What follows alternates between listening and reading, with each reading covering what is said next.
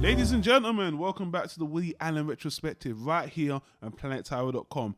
I'm your host, Donald Wonder, and I'm joined once again with my partner in crime for this journey, Simon Red. Yes, we're still here. The only two men that survived the past 2 weeks without allegations. Still here, still queer. I just wanted to rhyme, Simon. Let's not go down that rabbit hole. Guys, if you were checking out our last discussion on this retrospective, we actually spoke about that marvelous old back to Annie Hall or something. I don't know. A modern day Annie Hall, whatever it was. It should have been anything else. That's what it should have been. And we should have watched anything else instead of that movie. And that was the name of the title, of course. 2003's Anything Else. If you're watching this on YouTube, I'll put a link in the top right hand corner so you can go back to that discussion. Don't forget, guys, this is a part of a whole playlist of Woody Allen movies. We've done all of them up to this point. God damn, it's been a long journey. We're still going through, guys. We got the website WoodyAllenRetro.com where you can see the whole collection of our discussions. We're moving forward, guys. We always warn you guys, these are spoiler discussions. If you haven't seen the movie, we're going to spoil them. A lot of you guys do not give a shit about that because you just love the conversation. You love the banter me and Simon got as casual Woody Allen fans. I don't consider myself a casual since I'm so knowledgeable about Woody Allen, but whatever. Yeah, you're not a casual fan. You're a proper hater. That's what you are. I've been called that by the fan base, by the proper hipster Woody Allen fans, and that's going to continue to happen. And we're going to get to another movie now that is very lukewarm, but you know what? I have a lot of good and bad things to say about it. So Simon, why don't you usher us in and we'll take it from there. Well, I'm happy because for myself, this is about as straightforward as you can get. So we're in 2004, another year, another movie. It's called Melinda, Melinda. And... Well, Melinda and Melinda, motherfucker. The and. Don't forget the and, okay? That's what I said, Melinda and Melinda. No, I didn't hear that part. Okay. Well, it's like your love life. Only that's called you and you. Anyway. Wow, man, that's fucked up. Fuck you, man. That was funny, though. I'll give you that much. Go on, you son of a bitch. Anyway.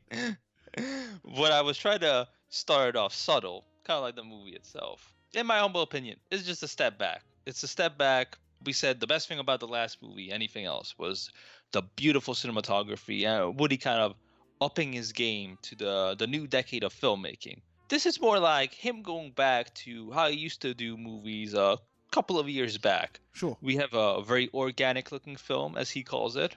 The cinematography is not that impressive.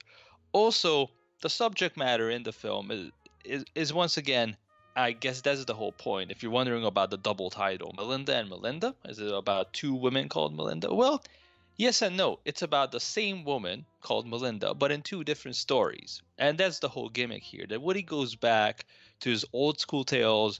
On one hand, a depressing story about the woman's lust for romance and love. And on the other hand, the comedic situation of a guy who's slightly neurotic, being stuck in an unhappy relationship, fancying a new woman in his life. Woody Allen himself, yes, again. Yeah. In short, hey, this is another Woody Allen movie about Woody Allen, isn't it? Yeah.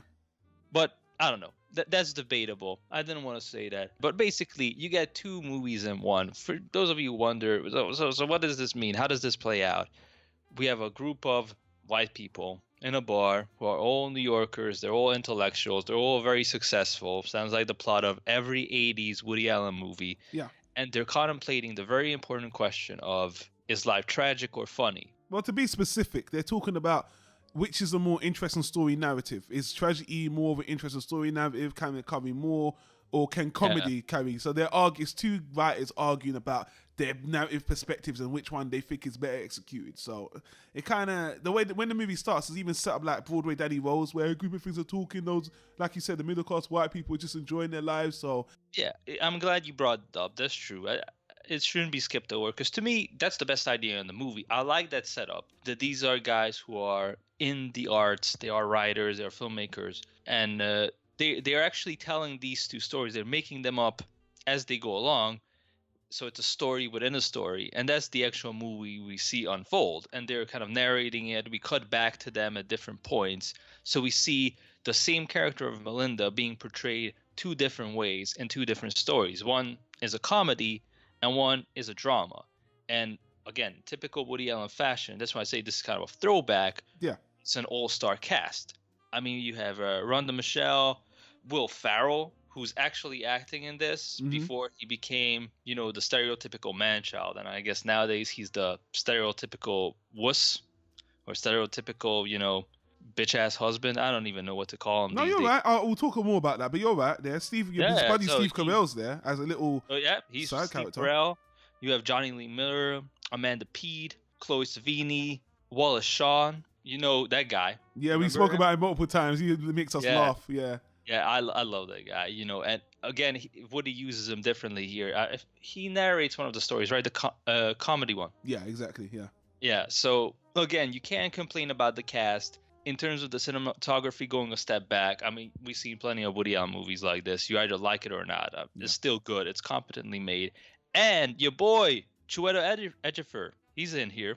Yeah. You finally get your black main character. Finally, you've been complaining so much for like 30 movies. I mean, the only one complaining. The whole world was complaining. People that, you know what, I'm going to make that whole separate mini discussion at the end because diversity in Woody Allen movies is a big thing. And this is the first black person on the front.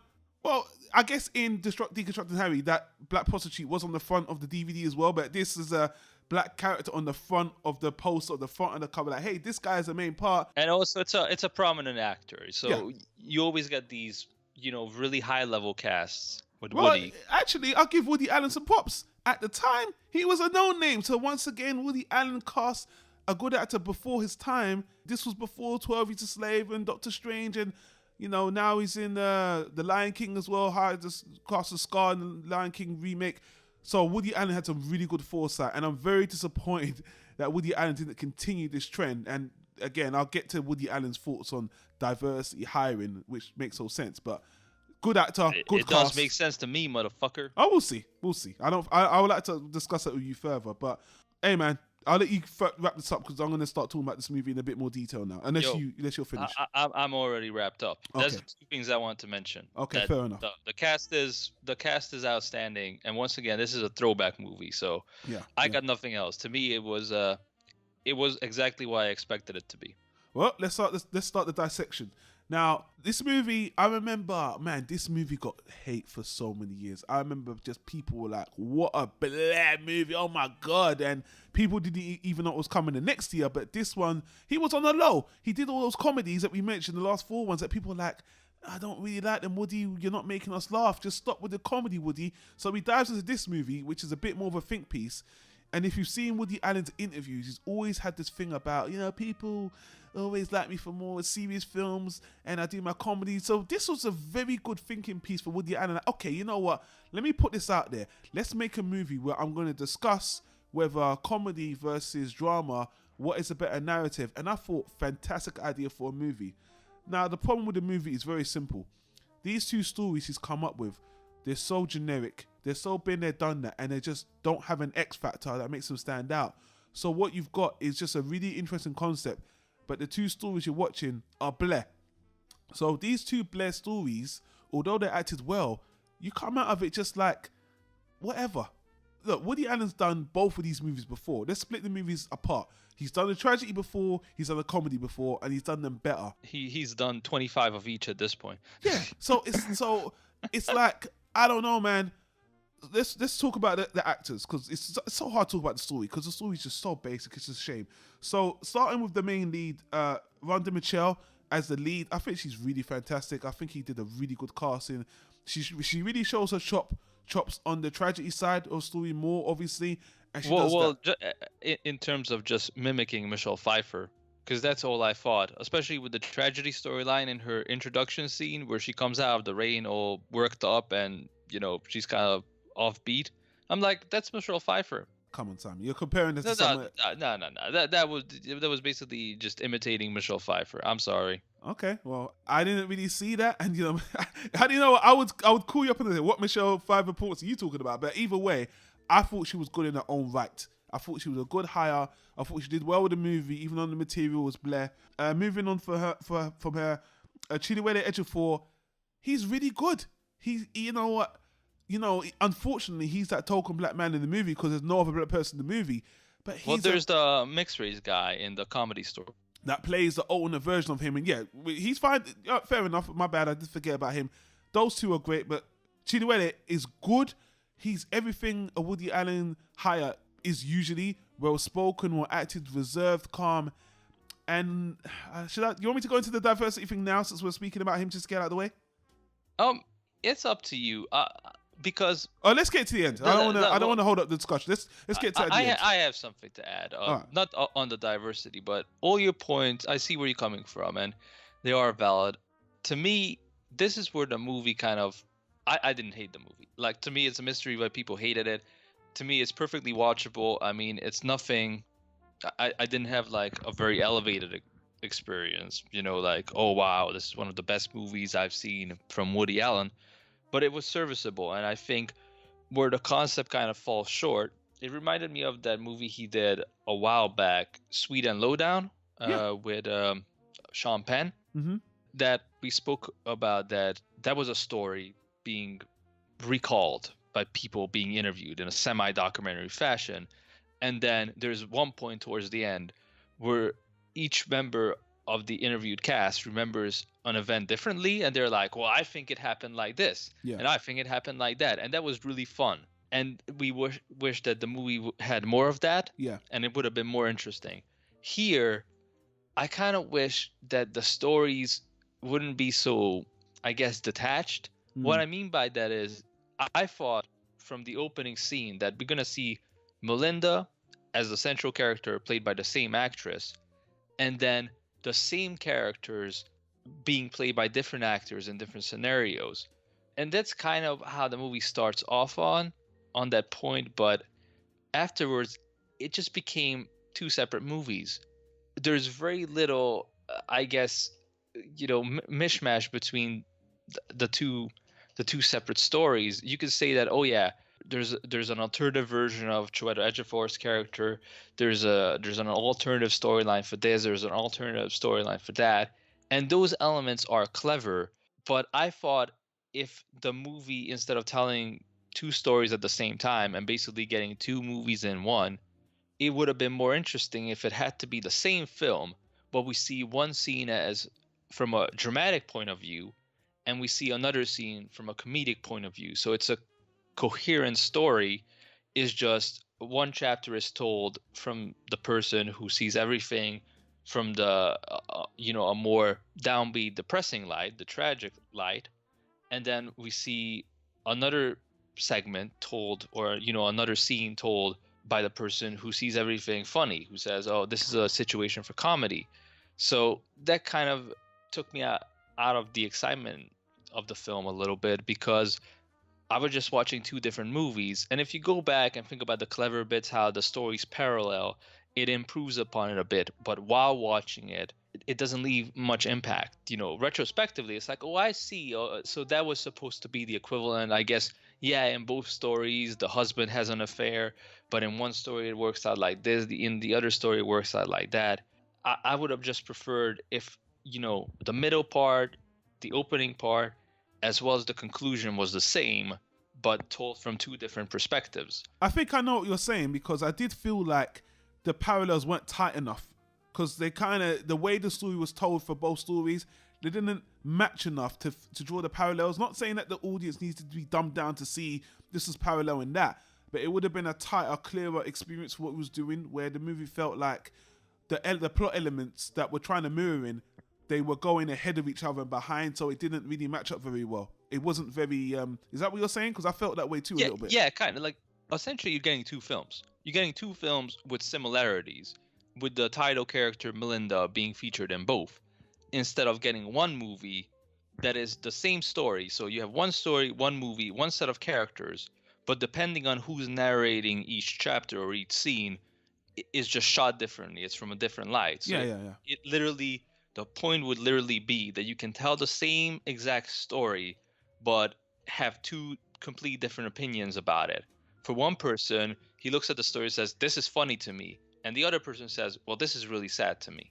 Hey man, I thought about the thing I liked about this movie. It made me think because just like we're talking now, I kept on thinking of ways the movie could have improved. But the bottom line is, the overall stories for both of them are just not interesting enough. Because I asked myself the simple question: which of the two stories was the better one? And here's my problem: I actually thought, okay, the tragic one was a lot better acted. It had diversity and it was more interesting, and it was a bit more emotional. But the way it ends is it cuts off very bluntly, and it's just so black. It just didn't feel anything. It's like, even Woody Allen, I know he likes tragic endings, but that ending left nothing to be desired, and it would have made a terrible movie. It's a shame because that would have been okay, but that ending left nothing, and Woody has to wrap it up in a certain way. The comedy one is just too generic. That's all it is. It's a little bit funny, and Will Ferrell as an actor, it's nice. Will Ferrell doing the Woody Allen persona is a little bit different than the rest. He isn't mimicking, but it's still there. I thought it was nice to see. And going back to what you said about Will Ferrell, he does do one or two movies, like that movie, Stranger Than Fiction and Everything Must Go. He tries to do dramatic roles every now and again, but overall, he does do stupid man-child movies. And this one was another silly man-child kind of movie, if you will. And the comedy one is just too derivative, too just generic. Even outside of Woody Allen, so many people have done this kind of romantic comedy. So unfortunately, there's nothing that's sad about the comedy one. You really gonna side with the drama one, which is just too harsh, and it's just annoying. I was sitting here thinking, how could this movie been better? I'm not a writer. I'm about to pitch a little remix concept where I think would have made it a lot better. The way Woody executed this movie is the two writers are talking about the movie, and then we show you the movie. We actually show the audience the movie. I think this movie would have been a hell of a lot better if it was like Bullets Over Broadway, where the two writers, they have to make the movie as a play. It's all in real life. These actors, all the actors doing the movie are actually doing the two movies, and the actual writers are trying to fight for which one's the better movie. They're trying to fight with the studio which is the better play or movie, whatever. And you actually see the actors performing each movie, and the actors are talking about which one they think is better as well. Like a Bullets Over Broadway thing. It's a play where they're trying to make two movies. They're trying to figure out which is the better one to go forward as a play. And the actors actually have input as well. So you hear everyone talking about which is the better one and why they think it's better and which one they want to do. And meanwhile, the writers themselves are in the movie themselves, not just narrating the movie or giving you their what if the movie was like this. I actually thought it would have been better as a play, Bullets Over Broadway style kind of thing. I think it would have made the movie a lot more interesting. Okay. I guess. I don't want to crush your dreams right now. Are you ready?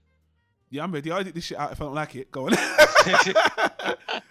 Nah, I'm just trolling you. I mean, yeah, it's easy to kind of go back and be like, well, you should have done this, you should have done that. I'm gonna get hate for, oh, you think you're so smart, you think you could have written a better movie. I'm just saying, we have a podcast, so I feel like I can just indulge my opinion. That's all. Trust me, I'm not no fucking writer. My version would probably be shit. I'm just saying, to make the movie better, I don't know. Fair enough.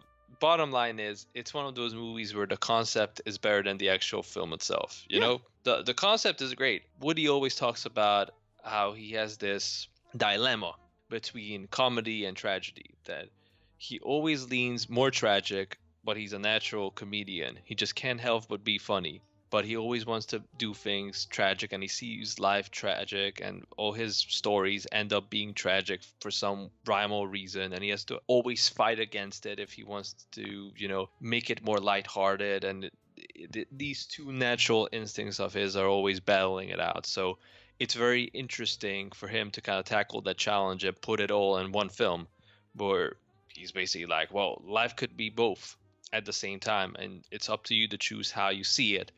It's just the execution is not that great. I mean, who knows? Maybe he'll retry this concept in a similar film later down the line, and that works out better. He did that plenty times before. But with this one, I think the actors are great.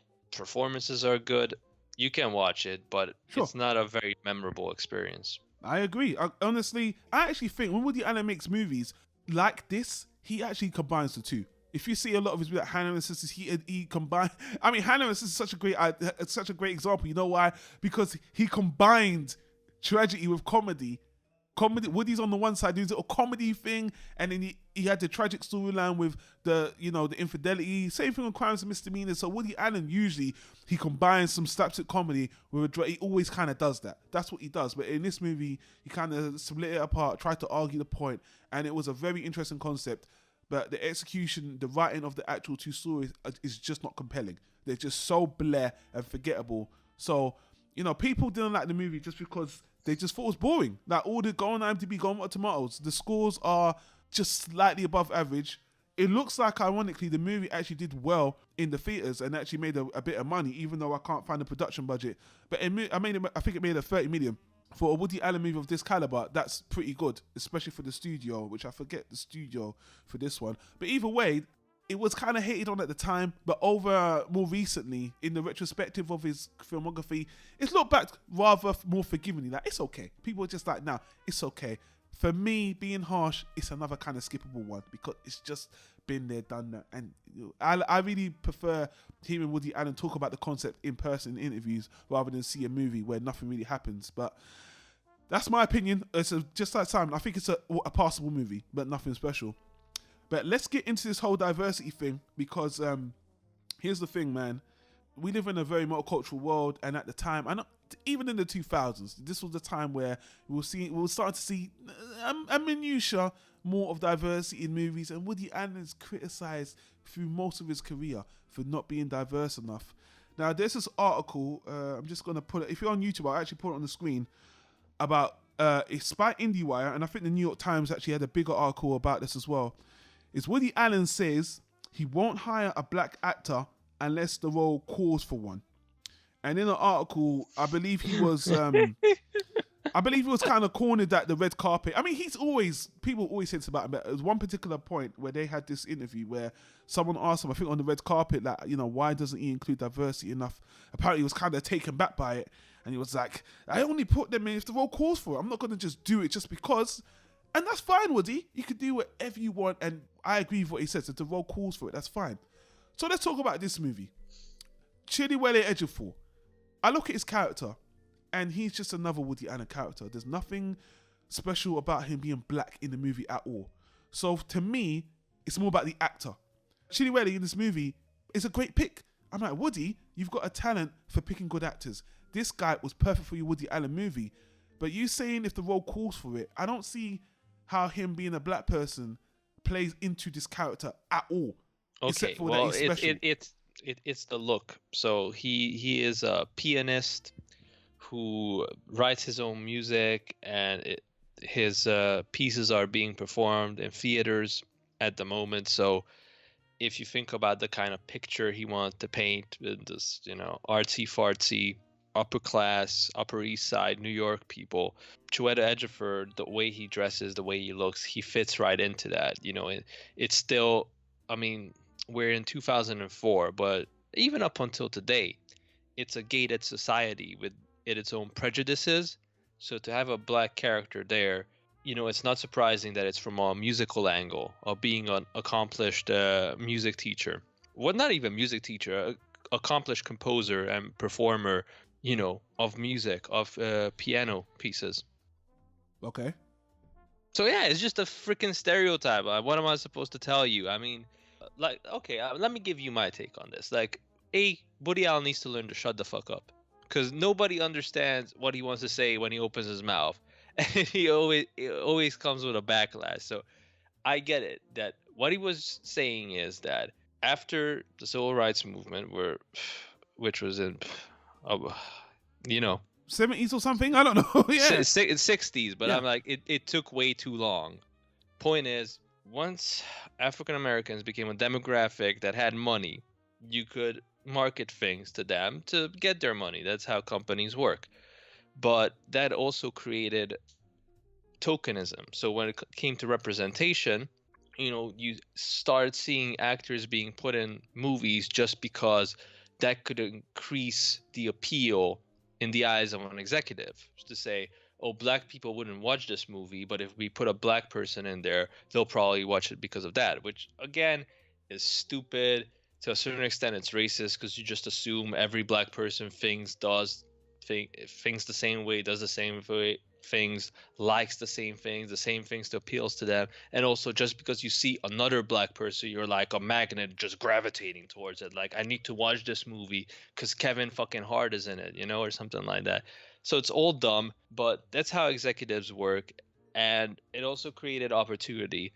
But the aspect that Woody was referencing in his terrific delivery was that there comes a certain point where, because of finances, you will be asked to throw in a token character in the movie. Like, just add an extra character because we want this movie to do well in China, so we won't need a Chinese character. Or we want to diversify the movie because it's coming out, during this weekend of this month, where our data analysis shows that these people from these demographics attend movies, so we want to appeal to them. So could you write a character in? Could you put this actor in? This actor is popular at the time, so can you write something for Martin Lawrence to be in the movie or something like that? You always have these conversations. So when somebody says, I only put an actor in there if the role requires it, that means that I'm not going to add in an extra character just to diversify. If I write a character that I think a particular actor can play, then I'll put that actor in the movie regardless of,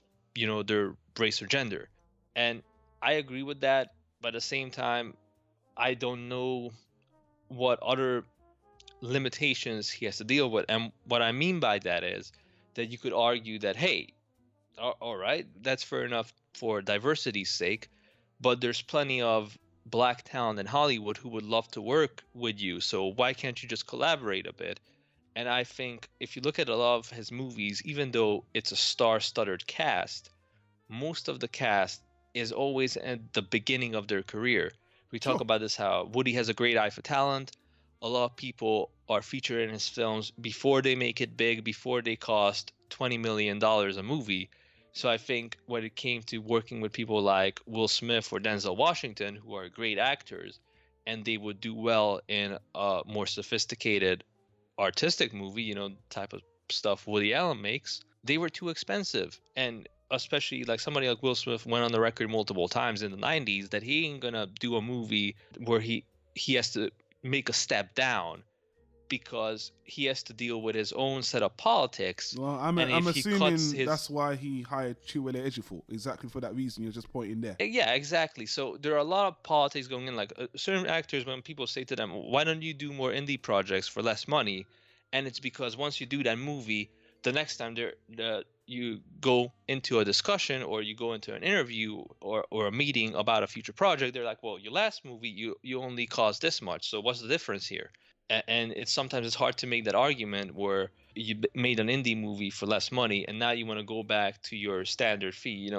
Sometimes actors struggle with that, so they need to keep a certain minimal requirement to maintain the established status they have. Okay, I don't want to go. Yeah, I'm getting bored by your fucking politics talk, all right? God damn it, Simon. Listen. I hear what you're saying, and it's the same. Look, Woody Allen says shit like this for ages. I read pages of this shit. Here's my thing. I make it very simple. And I want to drone this on because at the end of the day, Woody Allen should do what the hell he likes. I don't watch Woody Allen movies for diversity. Woody Allen is a man of his age. Woody Allen, people do what they're known, what they're grown about. Woody Allen don't know black people. Fair enough. I'm not trying to tell him to force to do this other shit. I see this guy. I see him hiring this guy. I get excited. A lot of fans were excited because they're like, wow, man, he picked a great no-name black actor. I hope he does that again. Between this movie and now, 2017, Simon, he doesn't do it again. So it's kind of like, why? What stopped you from doing it? So all these things about politics, to this day, Woody Allen is a free agent. He's got so much creative control. We know that. People gravitate towards him. There are people that are not Will Smith or Denzel Washington or that would like to work with him, that got talent. And he can find them because he proves it in this movie. He can find talent that don't cost a lot, that are up and coming, and he's got an eye for it. We all know Woody Allen's got an eye for talent, him and his casting director. So it's just disappointing that even after this movie, where he clearly shows he can do it, he doesn't. And that's because I think he just doesn't care. Not because he's racist, because he doesn't really care about the opportunity, he doesn't really care about diversity. All he cares about mostly is his scripts.